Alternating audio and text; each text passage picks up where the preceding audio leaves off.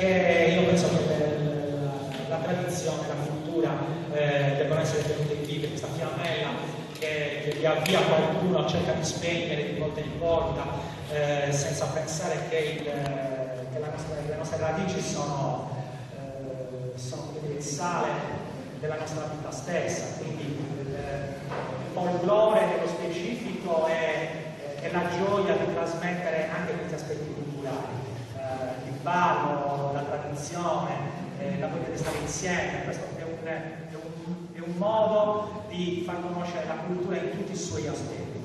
Quindi ringrazio vivamente sia Andrea che Matteo, ma soprattutto voglio ringraziare Elisabetta che ha creduto fortemente in questo progetto. Vi ho dato ampio ventaglio di scelte e ampia libertà d'azione, perché il suo senso della cultura e dell'attenzione alle tradizioni è molto vivo e rispecchia quello che intendo io.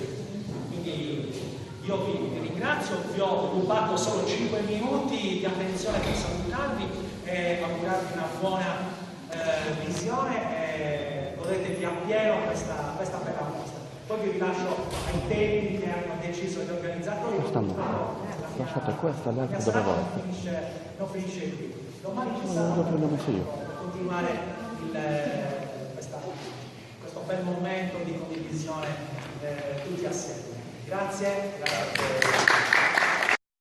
Allora io volevo innanzitutto dire una cosa, che è logico che tutto ciò che io come assessore organizzo è dato da una fiducia che io ho avuto da sindaco, quindi assolutamente se non avessi avuto il mandato da sindaco, comunque una delega da sindaco, io non potrei operare in questo senso, quindi assolutamente una fiducia reciproca e grazie per la fiducia, anche se ogni tanto si rischia anche, assolutamente. Io devo dire che quando Andrea è venuto in ufficio a propormi questo progetto, a me è incuriosito subito, perché comunque io, come dice Diego, da questo punto di vista sono abbastanza ignorante, nel senso che ho sempre vissuto la cultura del ballo sardo, del costume sardo come una tradizione nostra, ma non ho mai approfondito veramente questo aspetto. Facendo una chiacchierata con Andrea ho scoperto anche delle cose che poi non appartengono a quella che è ciò che noi vediamo, che conosciamo, quindi ho scoperto una cultura nascosta molto più profonda rispetto a quello che io avevo a mia conoscenza.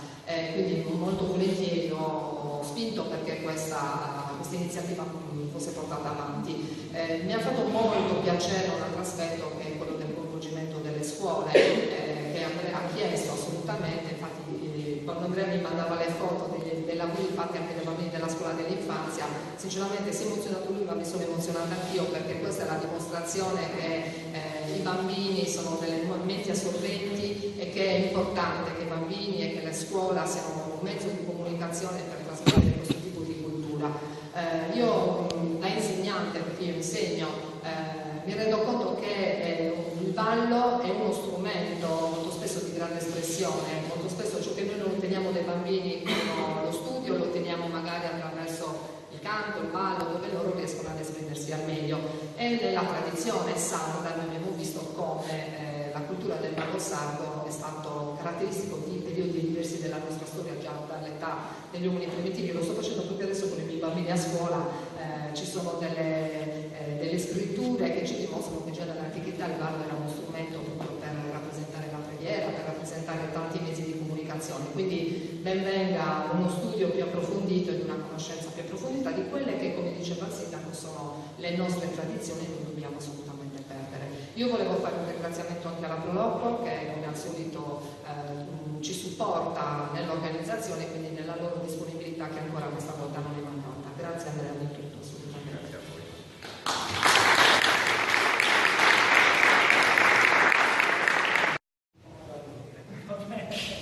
Buona serata a tutti. Grazie signor Sindaco, grazie Elisabetta, grazie perché Elisabetta ha creduto fortemente nel mio progetto, mi ha appoggiato sin dall'inizio, gli ho fatto capire bene di che cosa si trattava, perché non è un progetto semplice da accettare per tutti, perché insomma io come Adiata stiamo facendo da apripista e ci stiamo facendo portavoce di un folklore diciamo un attimino diverso, che poggia sulle fonti storiche, le fonti letterarie, le fonti iconografiche e tutti gli studi che ci sono appresso a queste fonti. Stasera nel convegno ci saranno infatti dei relatori che tratteranno l'argomento ballo tradizionale e abito tradizionali da diversi punti di vista secondo gli studi che hanno portato avanti. Di questo insomma parleremo durante il convegno. Adesso mi piacerebbe dirvi di che cosa si tratta, che cosa abbiamo voluto fare io e Matteo attraverso le mostre. Adesso cedo la parola a Matteo, che davvero ringrazio perché è stata una persona presentissima in tutta l'organizzazione di questo lavoro. Grazie.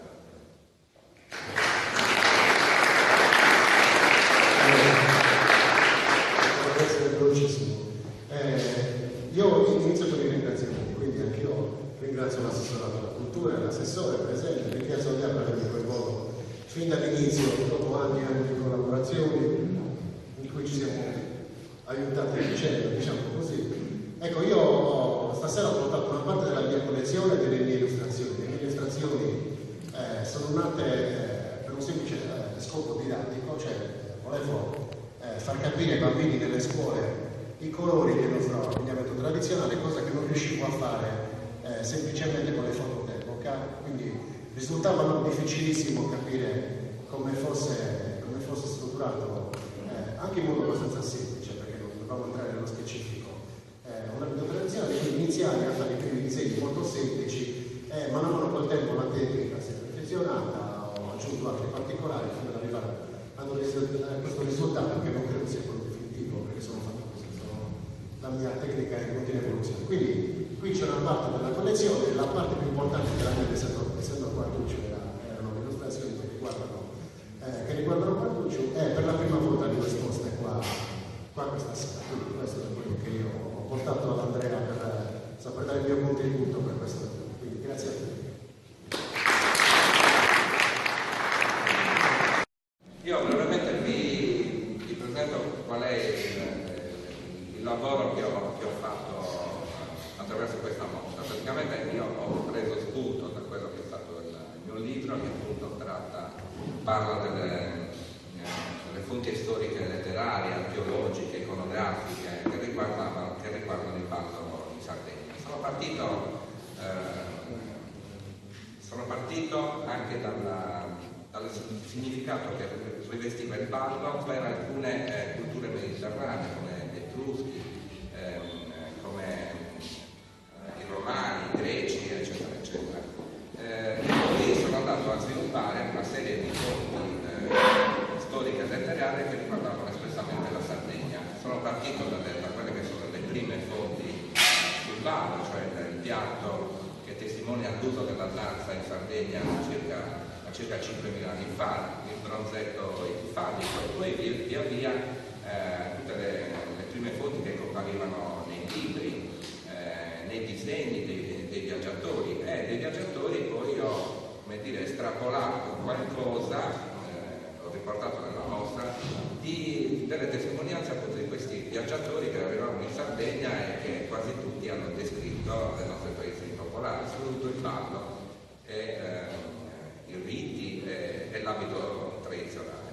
Il tutto è fatto perché ripeto, ci facciamo portavoce di un folklore un attimino diverso, con il quale non vogliamo denigrare gli altri, però insomma, diciamo che sentivamo il bisogno di vedere questo folklore rappresentato in maniera un po' più consapevole.